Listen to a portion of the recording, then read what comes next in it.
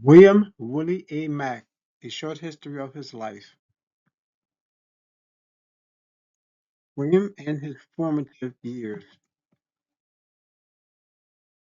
Born on March 22nd, 1893, William Willie A. Mack was the eighth of 13 children of Hattie G. and Dr. James Mack, commonly called DJ. He was born on Murray's Ferry Road on the family farm in rural St. Stephen, Berkeley County, South Carolina. He joined siblings Columbus, born in 1879, Benjamin in 1881, Harold, Johnny, Evelyn, and Peltzer in their fast-growing family. It's believed that the oldest girl's name was Leela, and she had passed away around 1886 at the age of 3. 2 years after William's birth came Daniel, born in 1895, then Stephen, followed by Beulah, Gabriel, and finally Esther in 1902. Unlike many other poor farmers, they learned to read and write. They were taught by their father, who was taught by his white stepmom when few other blacks had teachers to teach them. They also received religious teaching by their father, who was one of the first ministers of the Reformed Episcopal Church, commonly called the REC. They relished learning the faith, and 5 later became ministers. William and his siblings worked the farm and were taught farming by their mom, Hattie G., who grew up farming. As he grew into adulthood, William continued to work the family farm. Around 1917, he married Louise C. Hayes, a teacher from Walterboro, South Carolina. In 1917, like all young men between the age of 21 and 30, he registered for the draft of World War I. Copy of his registration card and the register's report describing William. On January the 12th, 1918, Willie and Louise welcomed Eunice to their family. Sadly, on October the 6th, 1921, they lost her to tonsillitis and the crop. She was buried in Mack Zion Cemetery in St. Stephen's. A year later, on October the 22nd, 1922, they had their firstborn son and named him after his brother Pelzer, who was gravely ill with TB.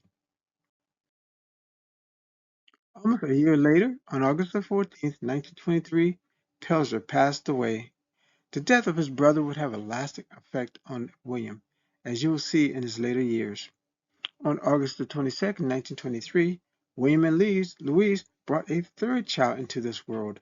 They named him Herman Gibson, or Gibby for short. William joins the Reformed Episcopal Church, REC, to save souls.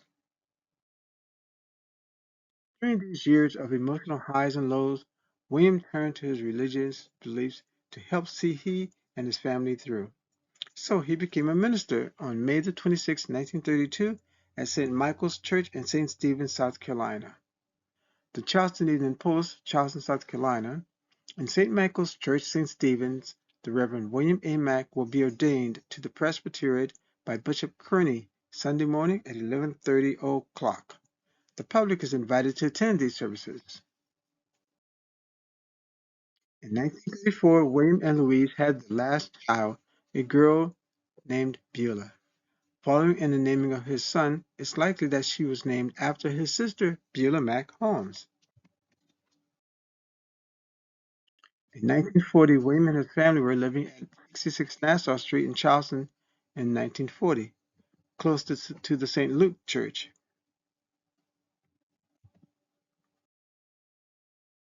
During his career, William would be mentioned in either the News and Courier or the Charleston Evening Post at least 25 times. He became secretary of the REC, secretary of the Negro Ministers Union, and a member of the Interdenominational Ministers Union. He spoke at the 68th, 70th, 72nd, and 76th REC convocations. He also taught at Cummings Seminary and worked with Bishop Kearney to obtain state certification for the Cummings Institute, which they succeeded in doing. The Charleston Evening Post, Charleston, South Carolina. Greetings will be extended by the Reverend J. Lee Plexico of the White Ministers Association and Reverend W. C. Newman of the Somerville Negro Ministers Union. The Reverend William A. Mack, Secretary of the Faculty, will respond. Bishop Joseph E. Kearney, D.D., Dean of the Faculty, will preside and pronounce the benediction.